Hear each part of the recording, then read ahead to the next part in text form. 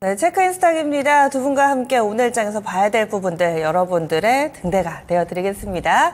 함께 해주실 분 알파경제의 김종효 이사 그리고 더 퍼스트프레임 리서치의 손유로 팀장 두 분 함께합니다. 안녕하세요. 안녕하십니까. 안녕하십니까. 예, 그러면 오늘 첫 번째 포인트입니다. 수급이 조금씩 달라졌죠. 특히나 어제 1시, 2시 이 오후를 기점으로 해서 눈에 띄는 변화가 있었습니다. 이 가운데서 먼저 기관 수급에 집중해 보고자 합니다. 기관, 과연 어느 쪽을 가리키고 있는 것인가 이 내용부터 좀 집중 조명해 보도록 하죠. 그렇다면 최근에 기관 수급 좀 분석을 해주실까요? 김종희 이사님? 네, 일단 기관 수급에 있어서 가장 핵심 포인트는 누가 사고 있는가라는 부분이 되겠죠. 그래서 기관도 다 아시는 것처럼 예를 들어서 연속성 있는 그런 기관들이 사는 것은 분명히 충분한 이유가 있다라고 볼 수가 있겠는데, 그렇지 않고 단기적으로 회전이 좀 빠르게 되는 그런 기관들이 샀을 때는 시장의 영향력이 줄어들 수 있기 때문에 변동성이 좀 있다라고 봐야 되는데요.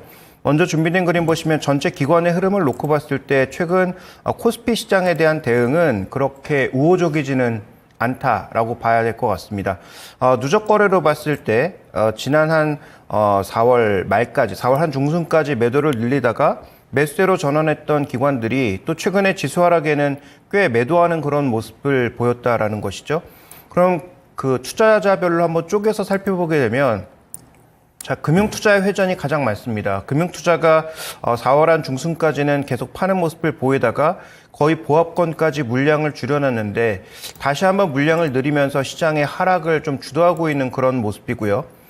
어떻게 보면 장기 투자자라고 볼 수 있는 연기금의 흐름도 그렇게 좋지 않은 모습이죠. 반등할 때는 좀 쫓아가는 모습을 보이다가 최근에 누적 거래를 보시면 오히려 매도에 동참하는 그런 모습을 보여주고 있어서 기관 투자자 전체로 살펴봤을 때 가장 핵심 포인트는 우리 시장의 상승에 일정 부분 뭔가 연동되는 모습을 보이기는 하지만 주도형이 아니고 뒤를 쫓아가는 듯한 그런 모습이 연출되고 있다는 점이 가장 부정적이고요. 그 다음에 여전히 가장 많은 비중을 차지하고 있는 게 회전성이 굉장히 높은 금융투자의 움직임이다. 그러면 금융투자가 지금 현물 쪽에서는 그래도 일정 부분 매도를 하고 있는데 같이 살펴봐야 되는 부분은 선물 쪽의 흐름이라는 거죠. 그러면 선물 쪽의 흐름 쪽에서는 지금 금융투자는 일부 늘리면서 가고 있어서 이 프로그램 물량이다. 그럼 프로그램 물량이라면 베이시스만 조금 악화되면, 즉 외국인들이 선물을 매도하면서 베이시스를 조금만 악화시키면 언제든 다시 매몰화될 수 있는 그런 상황이라 현재 기관의 수급은 방향성을 갖고 있는 수급은 아니고요. 그래서 개인 투자자들 입장에서는 기관 투자자들이 왜 이렇게 시장의 중심을 잡지 못하고 이렇게 대응하고 있느냐라고 볼멘 소리를 하실 수 있겠지만 원인은 두 가지입니다. 거래가 없고. 그러니까 거래가 줄어드니까 당연히 프로그램 매매 영향력이 커지는 거예요. 두 번째로는 지금 그 금융투자 투신이나 연기금이 아니라 금융투자는 말 그대로 베이시스 차익 거래만 노리고 들어오는 투자 주체입니다. 그래서 이들은 증시가 오르고 내리고가 중요한 게 아니고 베이시스의 변화가 빠르게 나타나는 게 더 중요한 주체인 거죠. 그래서 말 그대로 기계로 매매하고 있는 사람들이기 때문에 이들이 지수의 등락에 크게 신경 쓸 가능성은 낮다라고 봐야 됩니다. 그래서 전체적으로 지금 현재 구간에서의 기관 수급은 시장에 큰 영향을 미치긴 어렵고 지수를 좀 뒤늦게 쫓아가는 모습, 외국인 선물에 연동되면서 전체 거래가 줄어든 상황에서 시장의 변동성만 키워가는 그런 모습을 조금 나타내고 있다. 이렇게 봐야 될 것 같습니다. 네, 그러면 기관은 수급별로 봤을 때, 종목별로 봤을 때 또 롱숏 전략이 있을 수도 있고요. 어떤 종목 위주로 사고 팔았는지 일단 지수에 대해서는 상방도 하방도 베팅이 아닌 이 방향성 베팅은 아니다. 종목별로 조금씩 다를 텐데 이 부분도 좀 짚어주세요. 네, 종목별로 살펴봤을 때, 업종별로 살펴봤을 때 최근에 기관의 매수도 시장에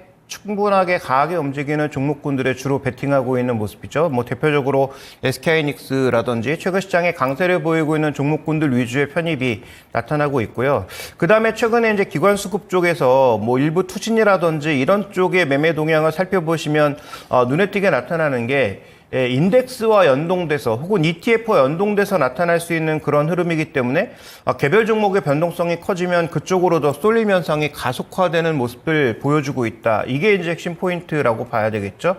그래서 지금 현재 구간에서는 그 종목별 대응 자체가 어떻게 보면 최근에 ETF 상품과 묶이면서 더 테마와 일정 부분 강하게 움직이는 종목군들의 변동성을 키우는 방향으로 흘러가고 있다.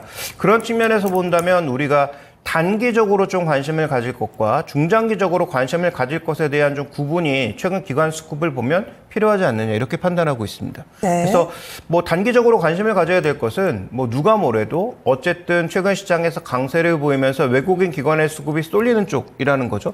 대표적으로 어저께 이제 원자력 관련 종목군들에 대해서 혹은 뭐 한미 반도체에 대해서 혹은 뭐 반도체 일부 소재 종목들에 대해서 기관 외국인들의 수급 쏠림이 엄청나지 않았습니까? 그러니까 단기적인 대응에 있어서는 그런 종목군들을 피해갈 수 없는 상황이지만 중장기적으로는 조금 달라야 된다라는 것이죠. 네. 그렇다면 중장기적으로 어떻게 좀 이 부분을 활용해 대응 전략을 세울지도 알려주세요. 네, 중장기적으로는 두 가지가 의미 있다고 판단하고 있는데요. 좀 전에 이제 연기금 같은 경우도 여전히 매도하고 있다라고 말씀을 드렸잖아요. 그런데 이제 연기금 같은 경우에도 최근에 이제 변화가 나타나는 특징은 외국 주식의 비중을 늘리면서 전체적으로 한국 주식의 비중은 그렇게 크게 늘리지 않은 상황이지만 장기적으로 봤을 때는 연기금도 결국 밸류업 프로그램에 가세할 수밖에 없다라는 것이죠.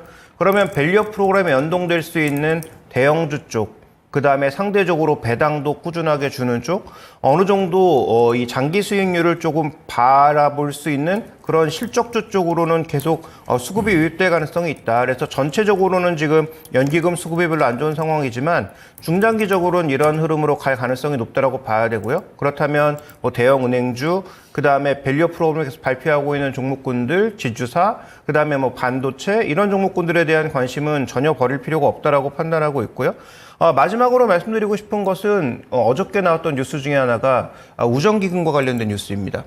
결국 우정기금도 밸류업 프로그램에 가담하겠다라고 하고 있고, 그러니까 정부가 이쪽 방향으로 계속 몰고 가면 결국 정부의 입김을 받을 수 있는 그런 대형 펀드들은 중장기적으로 이런 쪽으로 같이 흘러갈 수밖에 없는 상황이거든요.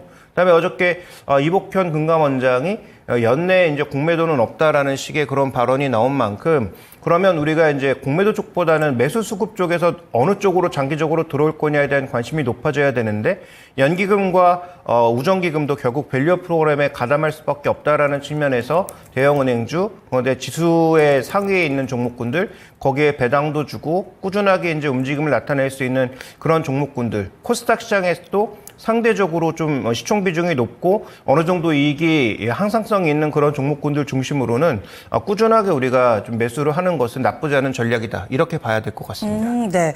최근 지수가 방향성이 없습니다. 그래서 개별 종목을 보는데 여기에서 우리가 수급을 또 힌트로 해서 종목을 골라볼 수 있겠죠. 중장기적으로 봤을 때 현재 기관 수급 상황을 감안해 보면 대형주 그리고 또 배당 메리트가 있는 쪽, 여기에다가 밸류업 프로그램과 관련된 부분들이 부각될 수 있는 쪽, 한 가지 더 실적은 또 빼놓을 수가 없습니다. 실적과 관련해서 매력을 가진 종목 위주로 골라보신다면 중장기 이 수급을 바탕으로 해서 충분히 좀 시장 분위기를 이길 수 있지 않을까, 첫 번째로 짚어드렸고요. 다음 두 번째 넘어가겠습니다. 전 세계가 뜨겁게 좀 반응하고 있는 종목군입니다. 에너지원. 그동안에는 뭐 전선, 전력 인프라 봤다면은 이제는 에너지원. 그리고 그 에너지를 어떻게 하면은 스마트하게 쓸 수 있을까? ESS 관련된 종목군들까지 맥이 확대되고 있습니다. 이런 현상을 어떻게 좀 보시는지, 그리고 여전히 투자 아이디어로 삼을 수 있을지 여부도 알려주시죠. 손 팀장님. 네, 확실하게 AI가 쏜 공이 어디까지 갈지 정말 무궁무진합니다. 우스갯소리로 전 나중에 피팅밸브까지 가지 않을까 그렇게 판단됩니다.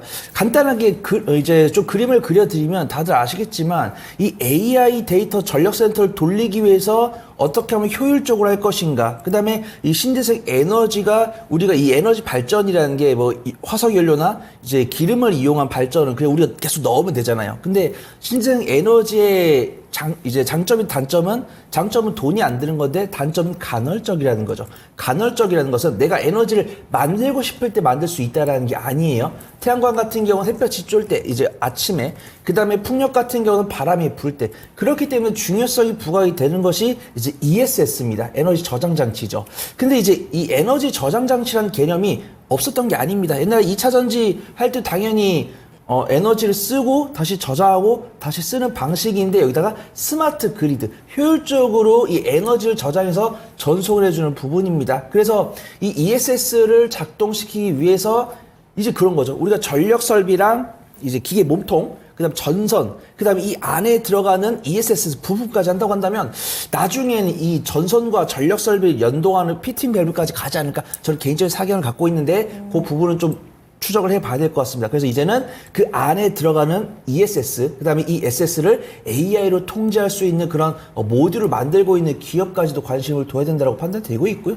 사실 전력 설비, 전선, 수소, 태양광, 원전 이런 쪽은 바닥 대비 많이 올랐습니다. 바닥 대비 많이 올라온 데다가 섹터마다 조금씩 달라요. 원전은 그나마 실적이 나오고 있으니까 외국인과 기관이 조금 접근을 많이 하는 상황인데 태양광이랑 수소는 저는 실적이 안 나온다는 얘기는 안 하겠습니다. 근데 근시일에는 보기 힘들 것 같아요. 그래서 매매 관점으로 지켜보시는 게 좋고 확실히 그 섹터들은 외국인과 기관보다는 개인 투자분들이 위주로 접근하고 있다. 그래서 매매를 잘하신 분들은 그쪽을 보시면 좋을 거고 매매를 못하신 분들은 원전 쪽이 낫다. 근데 ESS가 이제 막 올라오기 시작했습니다. 한 이틀인가 3일 정도 된 것 같아요. 네. 그 중에서도 이제 신성 ST랑 서진 시스템은 이제 많이 올라갔습니다. 서진 시스템은 워낙 유명했죠. 서진 시스템은 사실 5G 2차 전지 때부터 ESS로 유명했다가 실적이 훼손됐다가 ESS 대장주로 가장 먼저 올라가는 모습들. 그 다음에 신성 ST 같은 경우는 그 2차 전지 ESS 관련 업무를 영위하고 있는데다 이번에 1분기 실적이 잘 나왔다고 합니다. 그래서 근데 안타깝게도 이런 뉴스 나왔을 때 서진 시스템이랑 신성 ST는 외국인과 기관이 매도를 하고 있고 개인 투자분들이 매수를 하고 있기 때문에 매매 관점 접근하는 게 좋다라고 판단되고 있고요. 이 원전 산업을 진행할 때 ESS 사업을 진행을 하는 기업이 한전산업입니다. 그래서 한전산업이 어제 강하게 상승한 이유로 외국인의 매도가 나왔는데 기관 순매수 들어왔기 때문에 혹시라도 내가 원전을 두산 에너빌리티는 조금 재미없을 것 같고 조금 색다른 종목 없을까라고 하신다고 한다면 저는 뭐 한전산업도 괜찮고 한전기술도 괜찮아 보인다라고 판단되고 있고요. 제가 그나마 제일 유심히 보고 있는 종목은 YM텍이라는 종목입니다. 이 종목도 사실 2차 전지 사업할 때 ESS로 유명했던 종목인데 참 그래요. 이 2차 전지 관련 종목들도 성격에 따라서 이 캐즘 현상에 따라서 적자를 기록한 기업이 있는데 저는 흑자를 유지한 기업, 훼손이 안 됐다는 게 아니고 흑자를 기록한 기업은 조금 긍정적으로 봐줘야 된다고 판단되고 있는데 워낙 투자분들께서 대장부터 많이 보시잖아요. 네. 확실히 대장은 아닙니다. 그래서 서진 시스템 한전산업이 이제 반짝하니까 신성 ST가 반짝하니까 그러면 우리 ESS 중에서 좀 관련 종목이 없을까라고 문득 아이디어를 냈다가 이 YM텍의 외국인의 수급이 들어온 모습 보여주고 있습니다. 그래서 매매 잘하신 분들은 이미 대장으로 올라간 종목들 매매하셔도 되지만 매매를 못하시는 분들 한다면 후속으로 갈 수 있는 ESS 관련 종목들 보시면 좋지 않을까 판단해 보도록 하겠습니다. 지금 매매 관점이면 다들 짧게 대응을 해볼 만한 그런 종목군으로 얘기를 해주시는 거고 어제 많이 오르기는 했는데 여전히 단기로 봤을 때는 그래도 매매 가능한 영역이다라고 판단을 하시는 거죠? 그렇죠. 신성 ST 같은 경우는 좀 외국인과 기관의 매수세가 많이 나왔는데 한전산업 같은 경우는 기관의 매수, 그다음에 서진 시스템 같은 경우는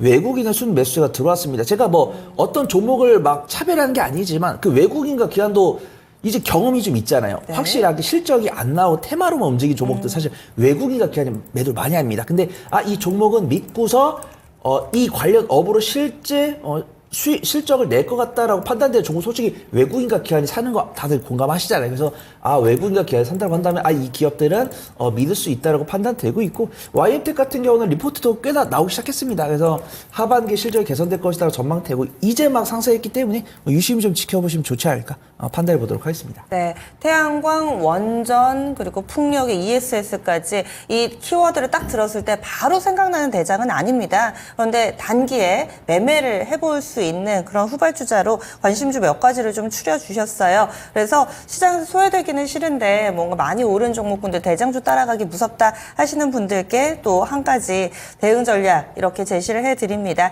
신성 ST 어제 좀 많이 오르긴 했는데 이 종목하고요. 한전산업, 서진 시스템, 그리고 YM텍 이렇게 4종목으로 압축이 됐습니다. 다음 넘어가겠습니다.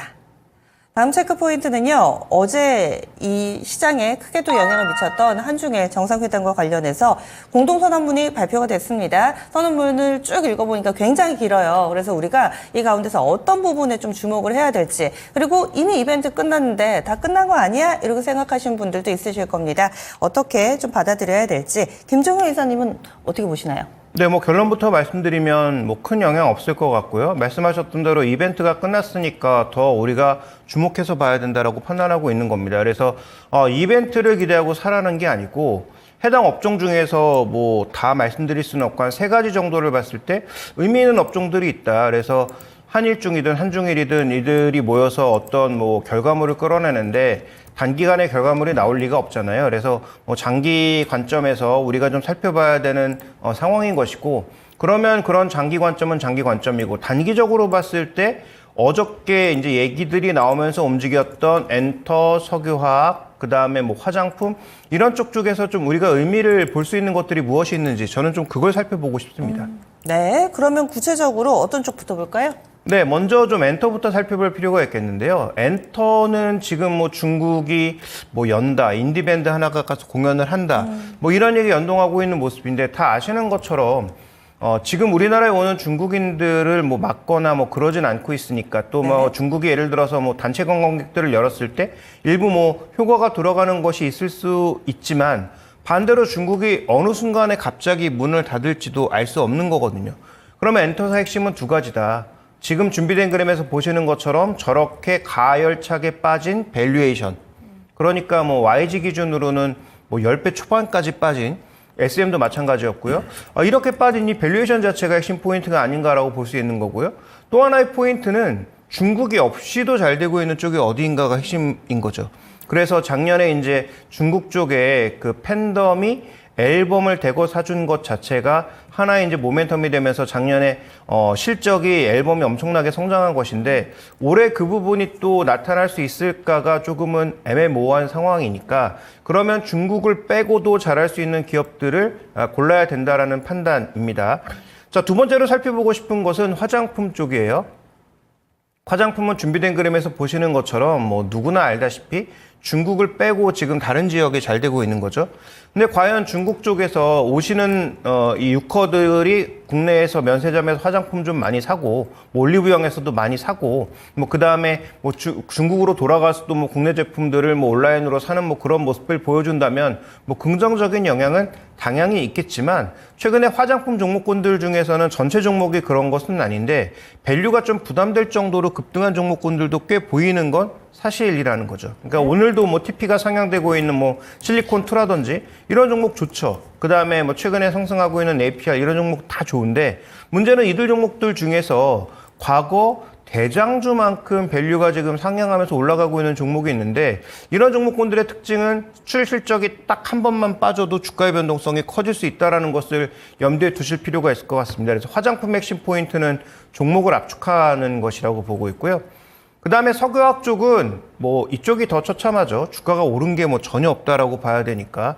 근데 석유화학 쪽은 지금 현재 구간에서 보시면 가장 눈에 띄는 것은 그래도 일부 상품들 중심으로 중국도 조금 개선되고 있고, 글로벌리하게도 개선되면서 괜찮은 종목군들이 생각보다 꽤 있습니다. 그래서 석유화학 내에서 핵심 포인트도 종목군들을 잘 골라야 되는데, 여기서의 종목을 고르는 포인트는 구조조정과 마진이 의외로 괜찮았던 종목군들을 골라내는 것이 전략적 접근이 아닌가, 저는 이렇게 좀 판단하고 있습니다.